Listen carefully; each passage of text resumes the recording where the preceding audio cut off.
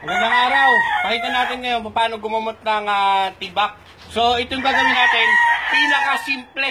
Pinaka-simple to sa lahat. So, ito yung manok natin na may tibak. Yan. O, ito lang yung mga... Ito, lahat ito. Lahat ng ito, pwede nating gamitin sa paggagamot ng tibak. Pero gagamitin lang natin ito, ito, yan lang, saka pangtapal doon sa tibak. O yan lang, simple. Hindi na tayo gagamit ng gasa, hindi na tayo gagamit ng tape. Pero lahat yan, pwede nyong gamitin. O pwede nyong kung saan gumagaling yung manok nyo sa tibak, pwede rin. Yung sa amin, papakita lang namin paano namin ginagamot yung tibak. So una, bilisin natin yung paa ng manok. Ito yung tubig na may sabon.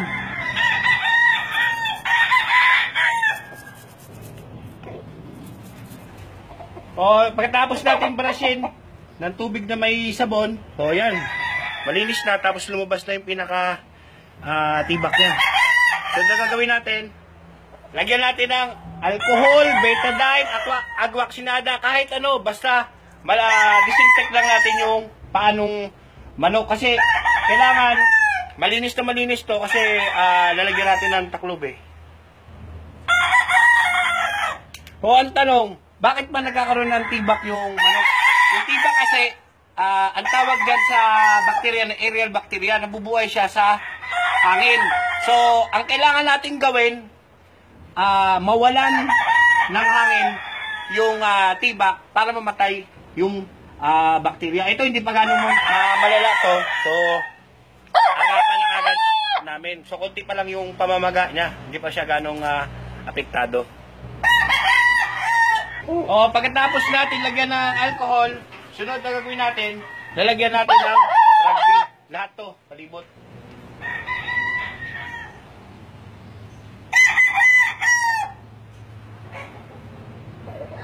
O, para wala makapasok na hangin.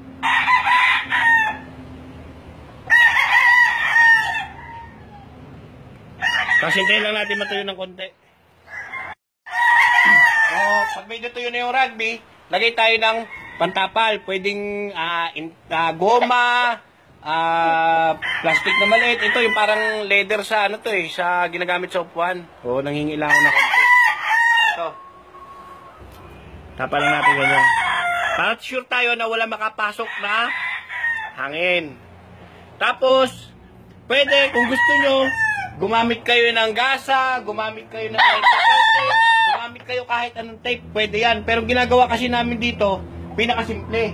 Itong tinatawag na kaksyo. So, simpleng-simple lang to. So, ito, ganyan, wala na makakapasok na hangin dyan. Sin na yan. So, para hindi madumihan, so kahit magulan, magputik, hindi makapasok yung dumi, lagyan lang natin ang kaksyo.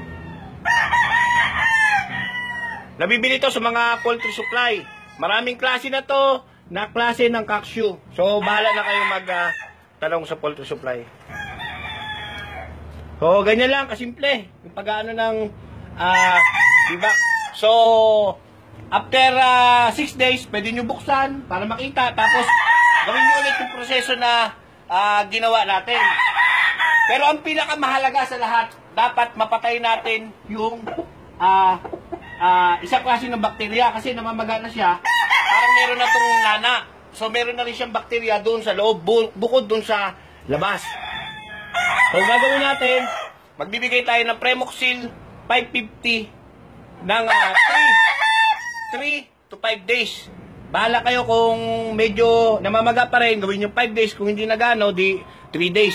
Ang kagandahan kasi ng Premoxil, ito ginagamit natin to para sa sipon ng manok natin. O effective to para sa sipon kasi meron siyang Thymosin, amoxicillin. So yung amoxicillin siya yung pipigil dun sa nana para mawala yung nana. Yung Thymosin siya naman yung pipigil dun sa paglala ng bakterya. Yung paracetamol itong pinakamahalaga. Kahit sa sipon ng manok, kahit anong sakit ng manok, itong pinakamahalaga. Paracetamol. Ang paracetamol kasi parang pain reliever. Masakit yung tibak. So matutulungan niya yung manok na hindi ganun maramdaman yung sakit. Tapos, mabilis yung recovery ng manok natin kasi hindi siya nakakaramdam ng sakit. At pinakamahalaga rin, pag nagbigay tayo ng Premoxil 550, dapat ang bigay natin ng painom ng tubig, konti lang sa maghapon. Halimbawa, bibigay tayo ngayon, umaga. Ang painom lang natin, 2 dip lang.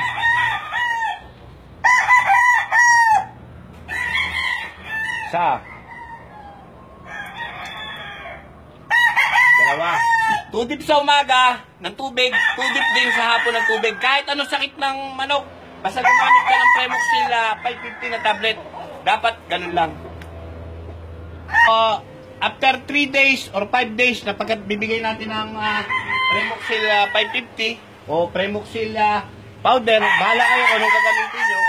So, pagkabigay natin na to, tapos natin ibigay ng antibiotic para mamatay yung bacteria o mabilis yung recovery niya, ang susunod na ibigay natin, Bitmin Pro. Pwedeng tablet, pwedeng powder. Ito, once a week lang ang bigay. Ito, 3 times a week ang bigay, Bitmin Pro powder. Ano ba yung Bitmin Pro? So, yung Bitmin Pro, ang number 1 na to na purpose, immunity booster. So, ano ba yung immunity booster? Yung immunity booster, ang manok natin, parang tao rin yan. So, pag ang katabi mo, merong sipon, may ubo, pag inubuhan ka, madali ka mahawa kung mahina ang immunity mo. So, pag malakas ang immunity booster mo, kahit may TB siya, yung katabi mo, mahirap kang mahawaan. Ganon din sa manok. Yung Bitmin Pro, tutulungan niya yung manok para lumakas yung resistensya. Kung halimbawa may peste sa lugar natin, puro lahat ng kapitbahay natin meron ng peste. Kung gumagamit ka ng Bitmin Pro, mahirapan na makapasok sa farm mo yung peste kasi malakas yung immunity booster nila. So kung halimbawa tumama man ng sakit sa manok mo, hindi maiwasan na tumama yung sipon, hala, kasi kung malakas ang immunity ng manok mo, dahil gumagamit ka ng Bitmin Pro, madali mo na itong magagamot. So hindi ka mahirapang maggamot ng manok mo.